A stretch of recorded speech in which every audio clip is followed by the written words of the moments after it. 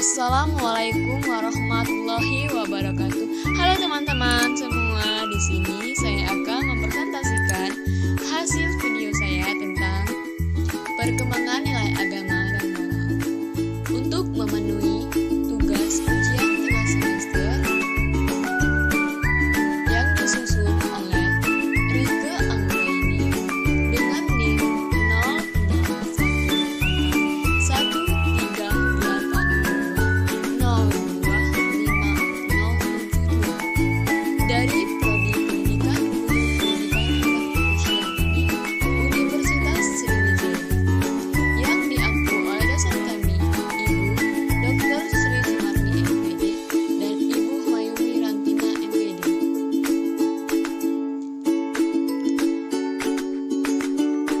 Apa hakikat anak usia dini? Menurut Pringgala Musijiono, tahun 2013 halaman 6, anak usia dini adalah sosok individu yang sedang menjalani suatu proses perkembangan dengan pesat dan fundamental bagi kehidupan selanjutnya.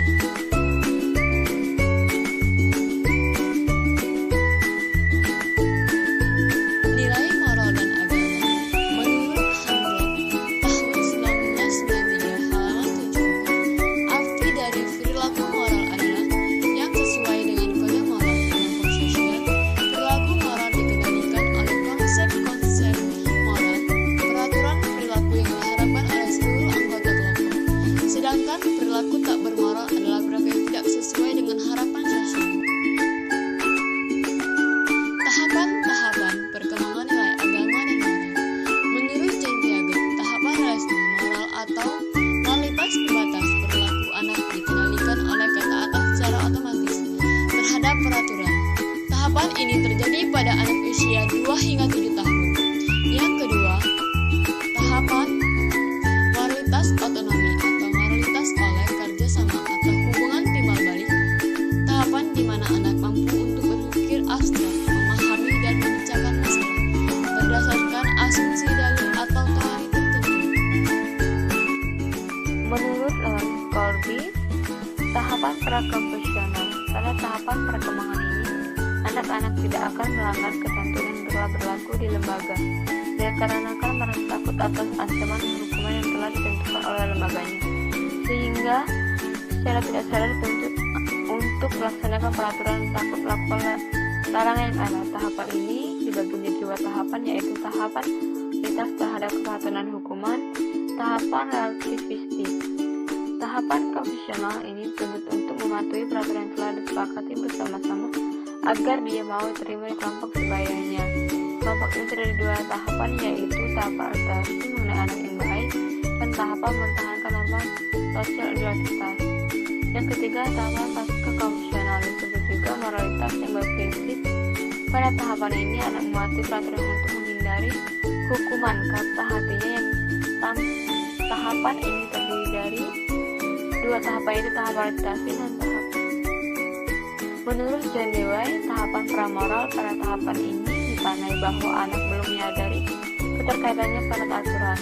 Tahapan konvensional, tahapan ini ditandai dengan berkembangnya kesadaran akan ketaatan pada kekuasaan. Tahapan otonomi, tahapan ini ditandai dengan berkembangnya keterkaitan pada aturan yang didasarkan pada tahapan relativitas timbal balik yang sama.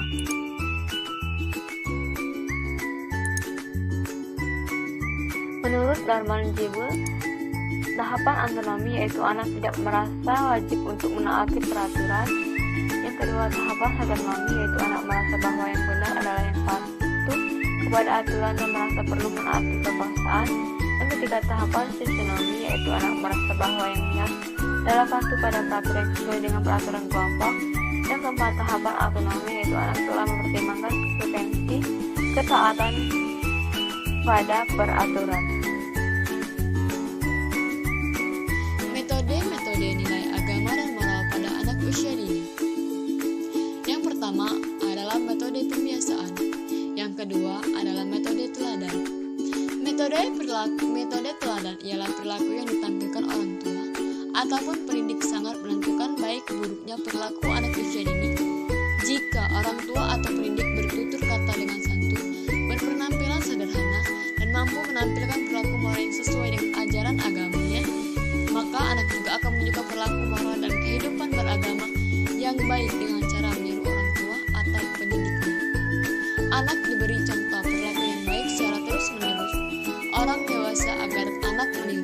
karena pada masa ini anak cenderung meniru.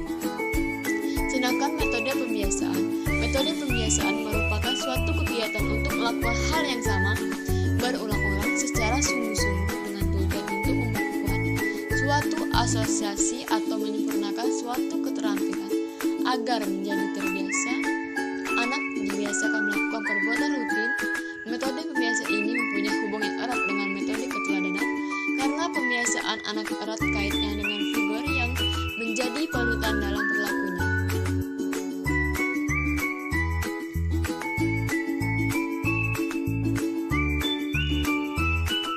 Yang ketiga, metode perhatian dan pengawasan, dan yang keempat, metode hadiah dan hukuman.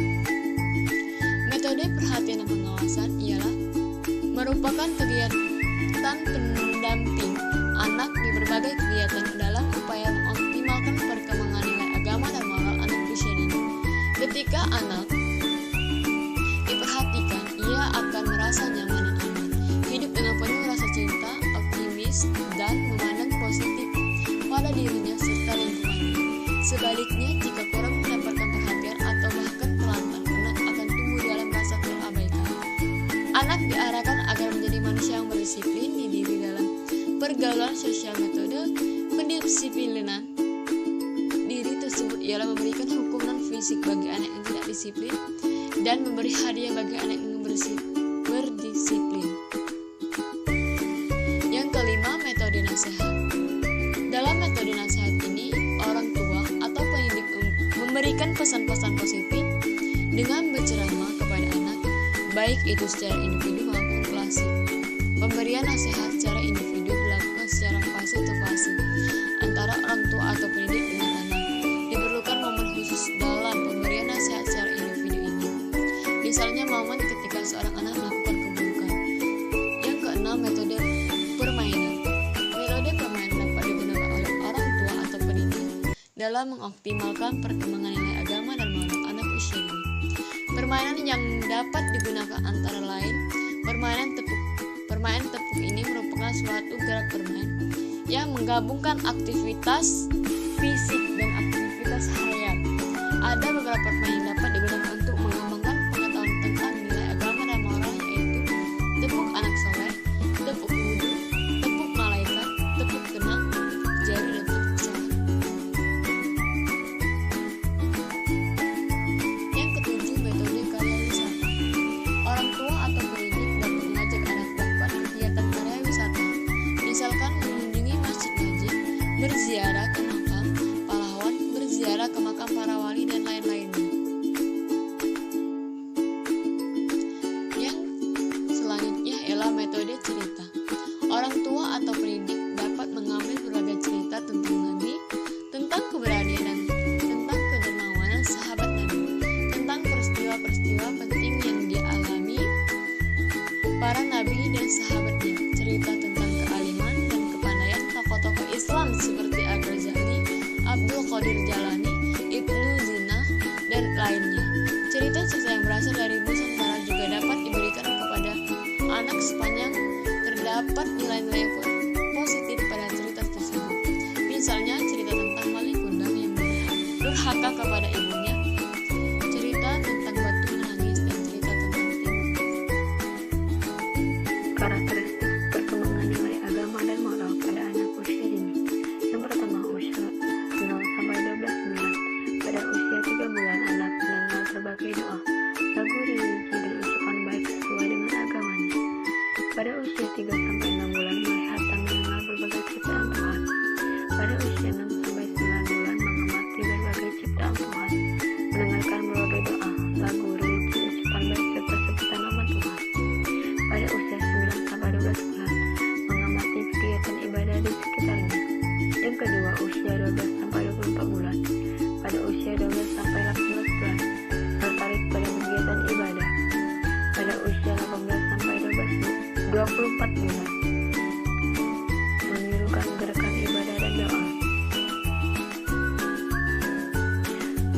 Mulai menjunjung sikap-sikap baik seperti yang diajarkan agama terhadap orang yang sedang beribadah, mengucapkan salam dan kata-kata baik seperti maaf, terima kasih pada situasi yang sesuai,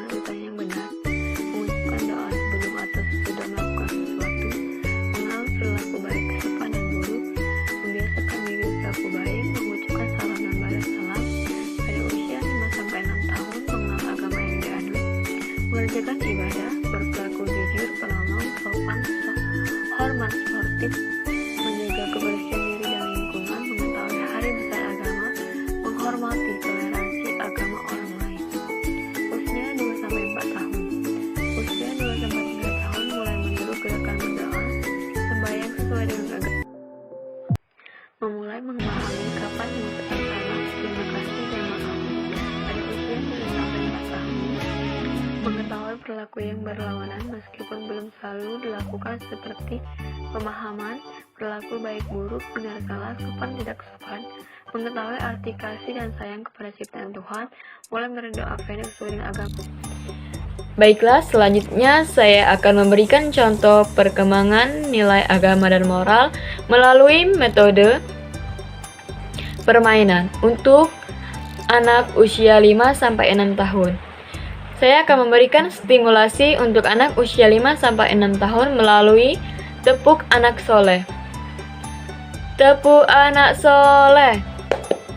Aku anak soleh, rajin sholat, rajin ngaji, orang tua, dihormati, cinta Islam, sampai mati. La ilaha illallah Muhammad Rasulullah. Islam, yes, yes, yes. Itu saja video yang dapat saya sampaikan.